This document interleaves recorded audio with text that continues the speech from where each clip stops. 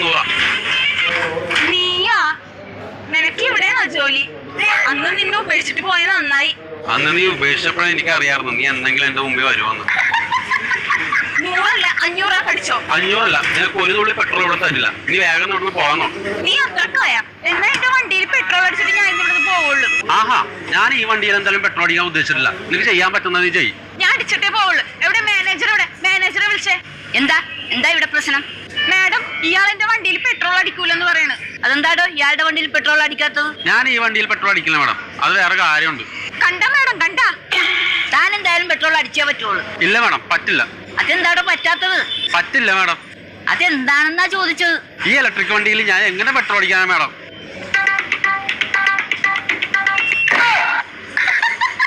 എടുത്തിട്ട് പോടി നില്ല വണ്ടി.